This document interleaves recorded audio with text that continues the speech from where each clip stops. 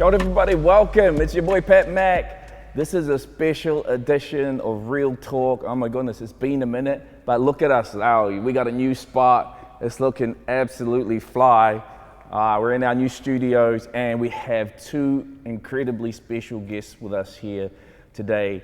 We have Hannah Dudson from 31 Days. We have Ezra Hirawani from Nau Mai RA. Welcome guys, welcome to our nice cushy velvet couch. How's the velvet surround? Yes, very fancy. Very nice, very velvet. Very comfortable too. You guys looking pretty fancy yourselves. Thanks for coming up. You come up from the Hawke's Bay? Hawke's Bay, yes, Napier. Yeah. And Ezra, where were you? We flew you in, didn't we, bro? Yeah, you went to be high there down somewhere. Yep, our car broke down in Wellington on the way back home last night. And so yeah, we got off the earliest flight this morning to come up, so the car's still there. But yeah, we're here now. Unlucky. Look, these guys are here for a really special reason, whānau. For the last month or so, we've been going through a process with Manaaki U. Some of you would have heard about it before. We have an incredible $10,000 grant to give away, and Ezra and Hannah are the two finalists.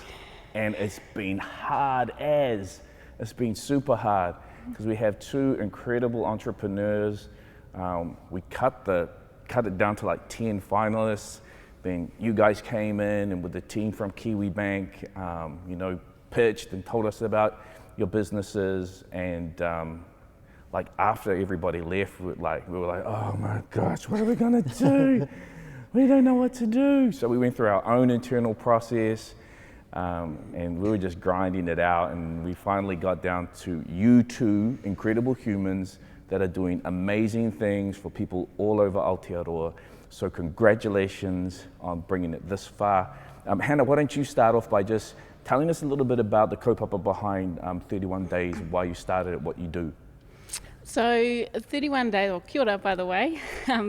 31 Days so we're an e-commerce store, so we have an online store and we sell products pertaining to personal growth and development. However, our kaupapa is all about supporting and inspiring people to really step into themselves and take control over their mental health and well-being, just through inspiring people to make little changes in their everyday lives that can kind of keep them topped up and keep them full, because I'm a strong believer and we can't nurture others until we nurture ourselves. True that. So yeah, my business is just all around that kaupapa, supporting people. Yeah. And Ezra, you've been on a mission for a minute to help whānau up and down Aotearoa with issues around power poverty. And do you want to tell us about Nau Mai RA, what it's all about? Yeah, for sure. The lights go on and stuff like that. You think you know what you're going to say, and then you ask the question and you start forgetting everything.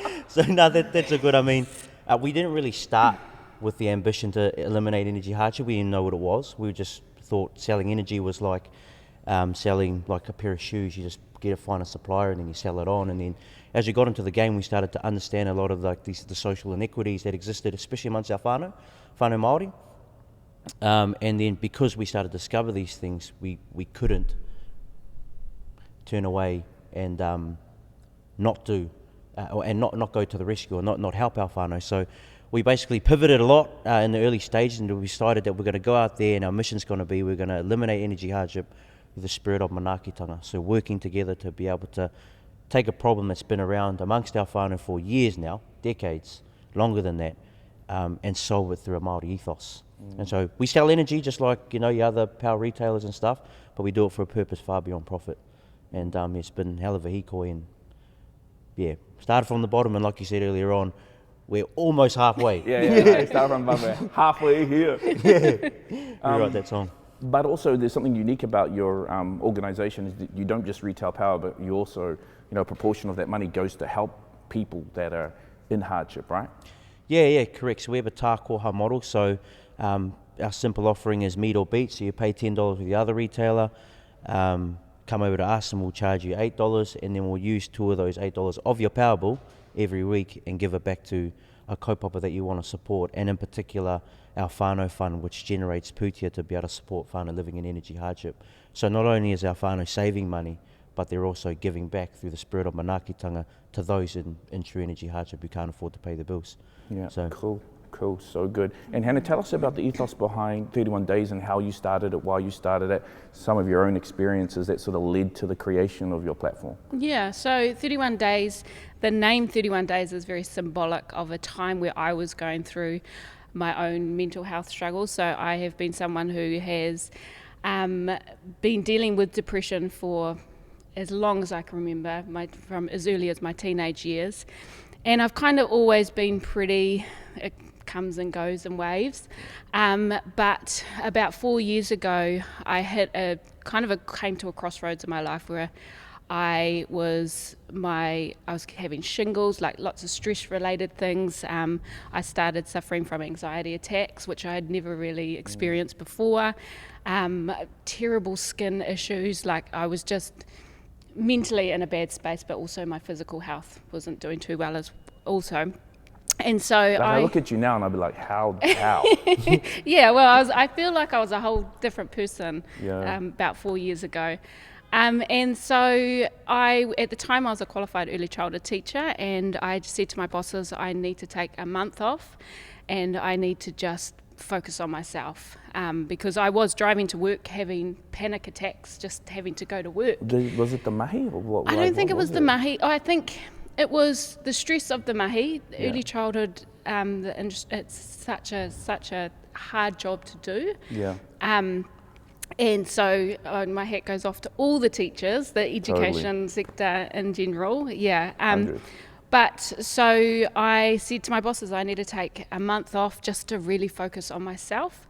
And I did that. And in that time, I actually created my first product, which was, it's fast forward, I never expected it to be a business, make a business from it. But I created a product, and because I'm a very visual person, I made a booklet with all these quotes on it, and I had 31 quotes, one for every day of the week, and that really helped me. Like, I'd flip through the book and find something that resonated with me for that day, and I could really focus my energy on that for the morning and start my day off like that. And I printed off 3, and I gave 2 away to 2 other people that I knew were struggling as well.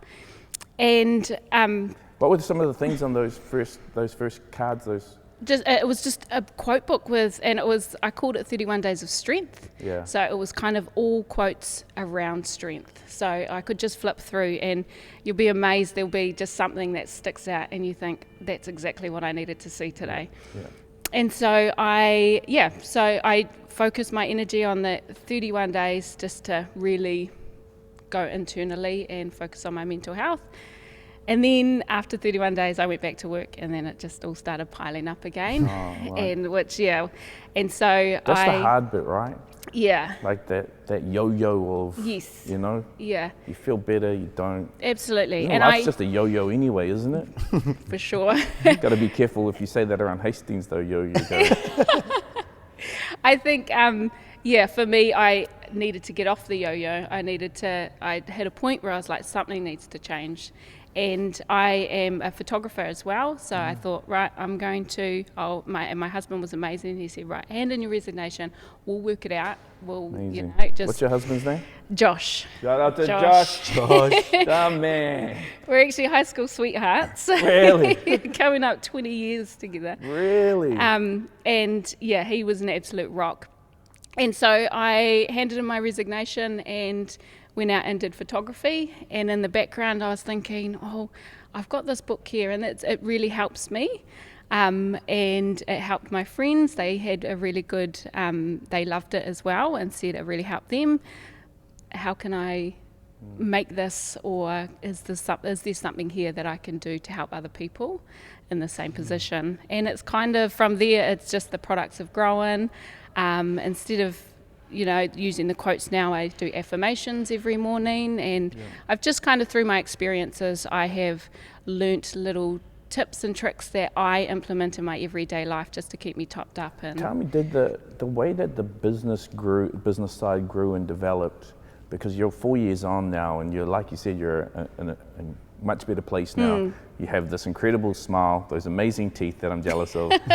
And was your journey towards mental health and wellness, did that sort of map to as the business grew and you're making more impact into other people's lives? Is that how it happened? Or how much influence was that? Definitely. I think this journey, my journey and my business journey are all very much intertwined, and as I've been going along, I'm only getting stronger in my mental health and who I am and what I can do, and I feel like, yeah, my business is growing alongside with me, and yeah, it's all very much connected. Yeah, and as your business is growing, you're helping more people. Yes. Tell us about some of the stories. Sorry, Iz, I'm going to come to you in a second, but I'm in it right now. It as well. Yeah, I'm inspired right now. So, but tell us about some of the impact that your business has had into people's lives. I think I am very fortunate to have a really amazing community on my social media. Yeah. And so the messages, like, it completely, I get warm fuzzies every time I open up my inbox and see people messaging me, and whether or not they're making small changes in their daily lives and they just want to share that with me, or just, there's been some people saying, like, I have been in a really bad position, tough position with my mental health, things aren't going right, and just watching you has inspired me to make these changes, or your products have really helped me create a morning routine for myself, or just little things like that. I think, that's Can you really exactly quickly why. just drop your social handle so everybody knows? Because like I tuned into your social, I'm like, wow, I feel better. So it's just 31 days, at 31 days. Yeah. Go check it So out. can I ask a question? Yeah, go, bro. Because I'm just thinking through, like, you had some like tough time at work, and then you ask for a month off. Generally, that situation with the experiences I've had with just friends, it's like find comfort in food. Like, how do you like then sit there and go, oh, Yeah, I'm man, actually I'm fine comforting. I'm going to go out and I'm actually going to start a business. Like was there a moment where it's like I'm feeling really bad and then really down? And I think, to be honest, my body forced me into the change, because like shingles, never experienced shingles before. I think I myself got into a position where, I needed to make a change to get my health better. But then in that time I realised that, all my skin issues and things like that were very much a part of my depression. Like if you don't look after your mental health, I think your body... Everything else manifests, right? Yeah, definitely. because then you started to use your special 31-day cream, eh? Yeah. It's coming. Hey, Iz, let's jump over to you, bro. Like, I can really relate to the why behind your business. For anybody that has grown up with some level of poverty in their lives, they know what it's like to have the power cut off. When the power gets cut off in your home, it's the most helpless feeling. And as night comes and there's no light and there's darkness and there's coldness and you can't cook your food and you can't do all of those things, it's just a really, really helpless, completely vulnerable state to have to be in. And if you're a parent, and you're supposed to be providing for your family, and that's the situation that you find yourself in, talk about mental health issues, that's going to give you some serious issues. But can you tell us a bit about the genesis of Nau Mai RA and the experience and where it came from and why? Yeah, for sure. I was living in China, and didn't think it was going to say I was living in China. That's a crazy place to start. Yeah. It's a bit of a whakapapa. And I was having a kōrero over there in that reo. And then the lady who taught me how to speak Mandarin, and I'm not fluent, but I know enough to get by, she asked me if I could address the audience in my native tongue. And I said, yeah, for sure. So I started to have a kōrero in English. And then she was like, oh, well, aren't you Māori? And I was like, yeah, hard out. And she's like, well, have a kōrero in Māori then, speak Māori to the people then. And I said, oh, we don't speak te reo Māori in New Zealand, we speak English. And then she was like, she pretty much said, how dare you come over here and learn about who we are if you don't know who you are?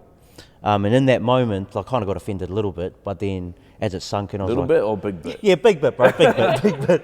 Yeah, because I'd largely grown my parents were of that generation and my grandparents of that generation where it was almost forced out of them.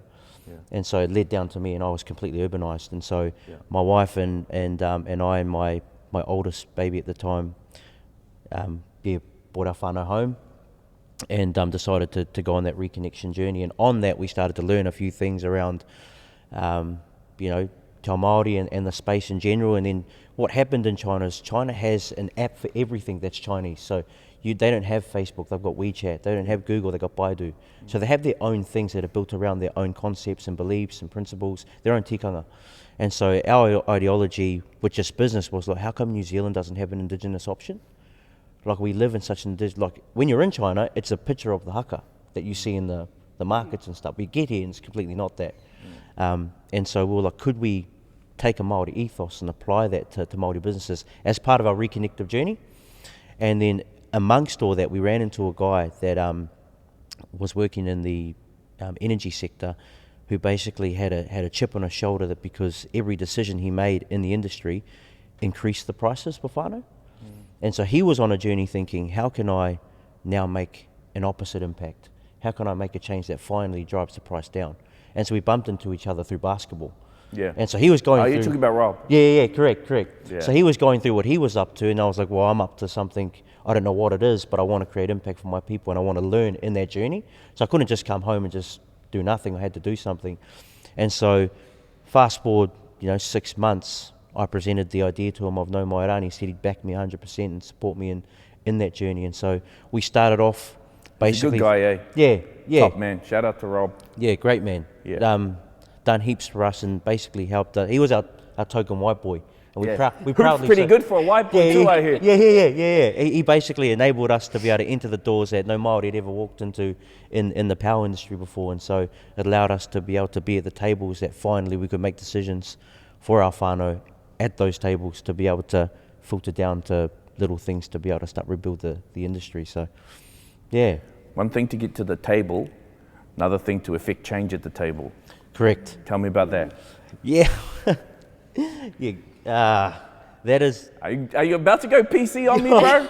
I saw you choosing your words carefully there for a second. Yeah. No, it is. It's a very interesting industry, and because you've got some serious challenges right now, right? Yeah, correct. Tell us about it. So a couple of months ago, we were placed in a position where we liken it to like a life raft, where we were given a seat at the table or a certain allotment of power. It allowed us to bring on our customers or a lot of our whānau. And then we entered into engagements where we were promised a bigger boat or more allotment. And when it came time to signing a deal to be able to shore that up, that was withdrawn. And we already had too many people on our waka at the time that we literally walked out of that meeting and everyone understood that Nau Mai RA had to go home that night and find a way to help these whānau survive, or we had to cut the power for up to 500 vulnerable consumers. People that other retailers don't want because they're bad bill pays. So no one wants them anyway, so where the hell are they going to go? Like, we're the only ones that care about them, and they're our whānau, so you just let us. Like, this is a human right. Like, we're not talking about like the latest iPhone or anything. We're talking about power, the ability to heat a home, the ability to like feed your whānau. You talk about like mental health, right? You're in that situation where, like, what am I going to do? Like you spoke of earlier, and then basically we just went home and we cried. It was like, frick, how are we going to do this? Yeah. And so we had to basically like find ways. Started calling our whānau, and we're like, Auntie, if you can jump off the waka so that Paddy can stay on, would you do it? And they're like, I'll do it 100%. I'm out. I'm going to go to another power retailer. And she's like, tell me as soon as you're back on, as soon as you get a bigger waka, I'll come back. And we had to do that like 700 times. Wow. And just like call, like just a full week of just calling everyone, like, can you leave? I can't leave. I'm in my car crying. My daughter's looking at me because I'm a useless provider. Like all the stuff they're telling us, and like talk about mental health. Like we were trying not to like take that mamai on, because we had to stay strong, to be able to get through that. And our 300 whānau who opted out and will come back to us, because of them, we are now on track to reduce the prices and reduce the exposure to the risks that our whānau have, and eliminating energy hardship. And it took us a week to do it. But that's what happens when you do something that's based on whanaungatanga. And it's real whanaungatanga. And we don't even have that written on our wall. That's not even a company value because it's who we are, you know?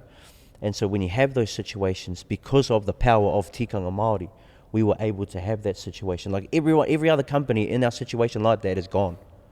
Like left the market, like sold out. But because of the whānau that we have in the waka, being willing to support those who didn't have another waka to go to, we're now in a stronger position than we were now. And so, you know, the saying goes, nothing's more stronger than a wounded animal. And so we were in that position where like we were kicked, we were down, almost out. And if it weren't for our 300 whānau, and they know who they are, and our, you know, almost 4,000 whānau have signed our petition, like without them we would have been gone. Both of you, incredible humans, have incredible human missions that you're on. Like every day you positively impact the lives of New Zealanders, right? Māori, Pacifica, like the whole country, but you're doing it in a very special and meaningful way. That's why it's so hard for us to get to the point where we could, you know, decide who. But before we go any further, we just we actually have a little surprise for you guys. Stand up.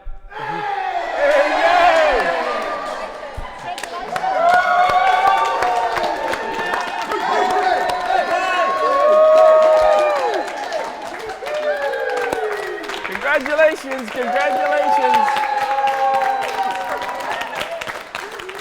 We got Carly here, we got Joe here from Kiwibank. We couldn't make a decision, so you both are recipients of the Kiwibank Manaaki U grant for $10,000. Congratulations!